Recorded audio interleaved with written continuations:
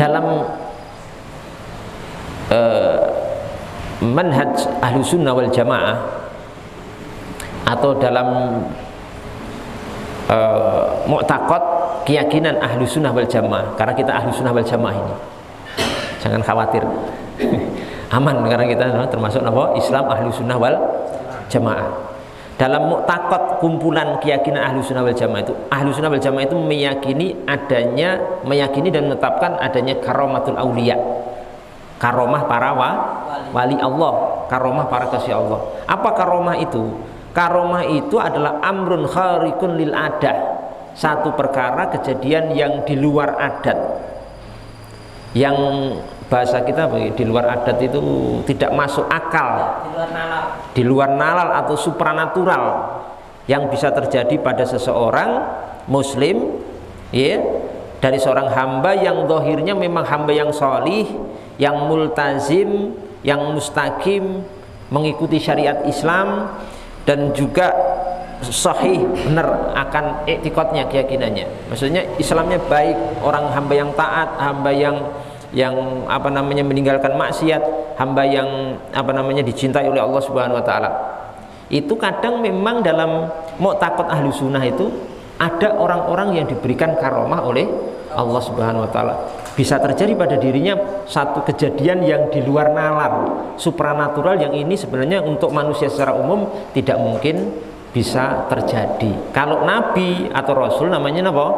Mukjizat. Kalau di luar rasul atau nabi namanya karomah atau karomatul auliya. Yang menolak ini, konsep karomatul auliya itu satu sekte Mu'tazilah. Karena Mu'tazilah itu menganggap itu tidak masuk akal.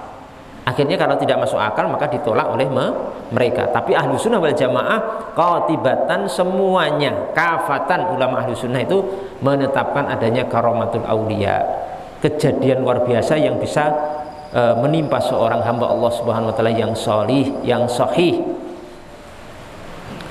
Misalkan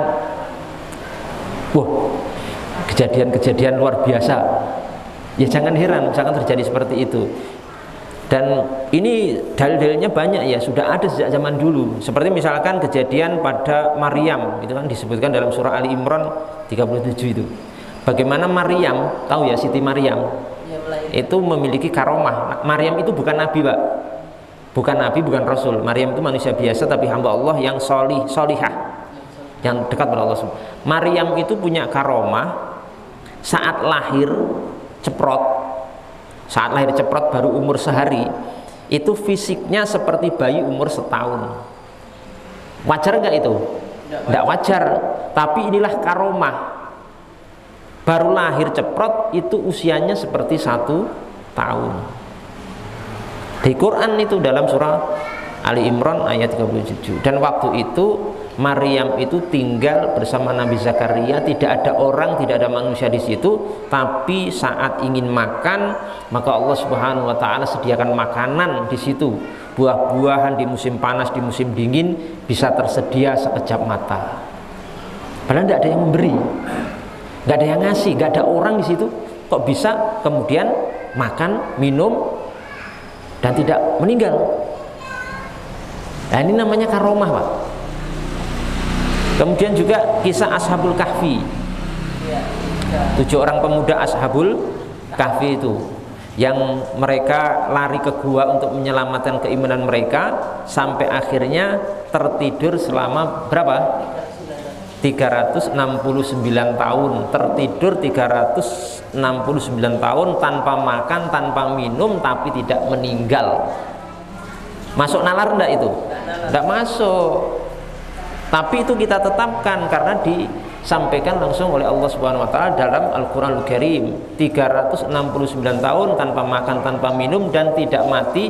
Bahkan ketika bangun itu dalam kondisi sehat walafiat, dalam kondisi seger, dengan selama waktu yang tidak makan dan tidak minum sekian lamanya itu, ya, 369 tahun itu.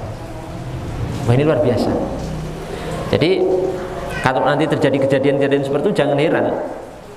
Memang ada orang seperti itu, dan karomah ini akan baqiyah, akan terus ada sampai hari kiamat. Orang-orang tertentu saking dekatnya kepada Allah saking kuatnya ibadah mereka, iman mereka, tawakal mereka kepada Allah, Allah karuniakan kejadian-kejadian di luar nalar atau supranatural yang itu secara umum manusia tidak mungkin melakukannya. Seperti Ashabul Kahfi, juga seperti siapa? Menterinya Raja Sulaiman, siapa namanya? Hah? Menterinya Raja Sulaiman, Asif Al-Balqiyah, yang memindah kerajaan Ratu siapa? Ratu Balqis di Yaman, itu dalam sekejap mata kerajaan itu bisa dipindah. Jadi misalkan kota Karanganyar ini dipindah ke Kalimantan sana dalam sekejap mata itu. Bayangkan itu. Itu terjadi. Bisa terjadi. Juga Umar bin Khattab. Umar bin Khattab itu riwayatnya sahihah, beliau itu bisa melihat musuh di jarak yang sangat jauh, dan waktu itu belum ada teknologi seperti sekarang ya. HP apa teropong atau apa enggak ada. Itu bisa dalam jarak yang sangat jauh, dan kemudian Umar bin Khattab memberikan perintah instruksi kepada pasukan dengan jarak yang jauh, tanpa ada telepon, tanpa ada SMS, WA, dan itu didengar oleh pasukan yang sangat jauh itu. Ini karomah Umar bin Al-Khattab radhiyallahu ta'ala. Dulu di zaman Nabi itu juga ada pasukan sahabat yang dikejar musuh, kemudian terjebak sungai yang sangat luas, dan salah satu-satunya jalan untuk melarikan diri hanya melewati sungai itu. Kemudian pimpinan pasukannya mengatakan, ini hadisnya sahih dalam Sahih Bukhari. Pimpinannya menyatakan kepada anggota pasukannya, apakah ada di antara kalian yang tadi malam bermaksiat pada Allah Subhanahu wa taala? Jawabnya tidak ada. Hebatnya sahabat ya, tidak bermaksiat sama sekali. Tidak ada sama sekali. Kalau begitu kita jalan, kita lalui sungai ini saat ini juga. Dan akhirnya rombongan pasukan itu jalan melewati sungai dan berjalan di atas air selamat sampai seberang sungai tanpa tenggelam sama sekali. Ini tidak masuk akal, tapi itu hadisnya sahih dalam Sahih Bukhari. Ini namanya karomah para aulia Allah Subhanahu wa taala. Paham ya?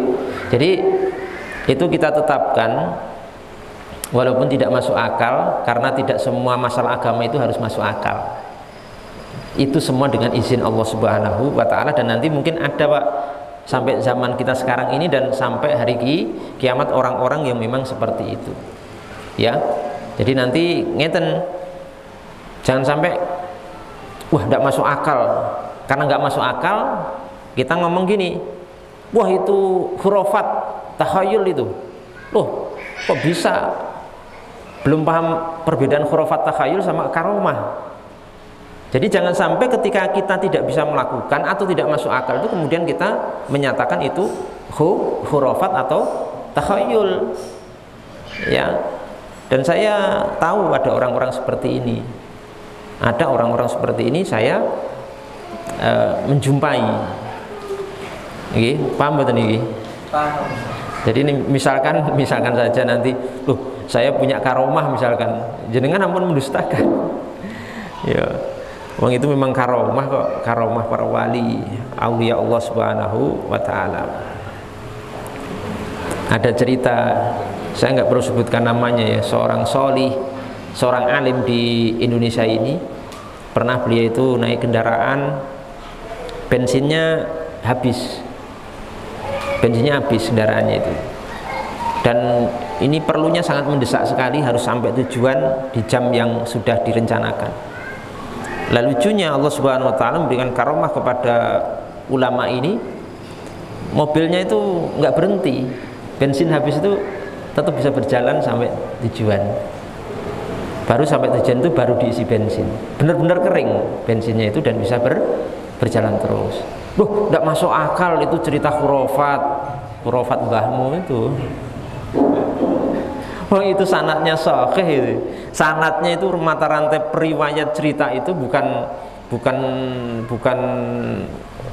orang-orang nggak genah itu ya, tapi orang-orang terpercaya, murid-murid ulama ini. Tapi sengaja nggak saya sebut namanya siapa ulama itu, tapi saya yakin seperti itu. Nah, jadi seperti ini jangan kaget. Maksudnya dikit-dikit klenik, wah ini klenik, dikit-dikit khurafat. Tidak begitu. Seperti gini loh, Mimpi ketemu Nabi itu mungkin nggak? Mungkin. Hadisnya sahih, mimpi ketemu Nabi. Man ra'ani fil manam faqad ra'ani. Siapa yang bermimpi melihatku, itu pasti dia benar-benar mimpi melihatku. Bener. Tapi ketika kalian tidak pernah mimpi ketemu Nabi, jangan kemudian menolak kemungkinan seorang hamba Allah mimpi melihat Nabi. Ya karena mungkin kita ini banyak dosa gitu, banyak dosa, banyak lalai pada Allah, nggak pernah mimpi ketemu Nabi, sampai angen-angen tiap malam pengen ketemu Nabi juga nggak pernah mimpi ketemu Nabi. Ya ketika ada orang ngaku mimpi ketemu Nabi, bener-bener orang itu orang soleh, orang bertakwa, orang tidak pernah dusta, seorang ulama ahli ibadah, saya ketemu Nabi, ya kita benarkan saja. Jangan sampai ukurannya kita ya nggak pernah ketemu Nabi, bos. Kalau kita bulan jenengan tuh mimpinya malah genah-genah itu, boro-boro ketemu Nabi, wes mimpinya malah maksiat barang gitu, wes mimpinya malah nonton campur sari, boro-boro ketemu Nabi lah. Seperti ini jangan sampai kemudian menolak itu dengan wah khurafat ini takhayul ini klenek ini, wes ini.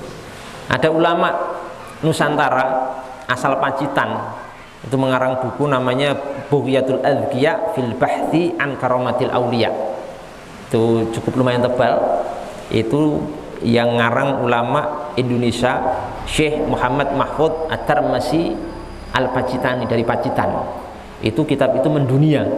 Ini jenengan pengen membahas masalah Karamatul Auliya itu sangat bagus sekali dan itu saya rekomendasikan untuk dibaca.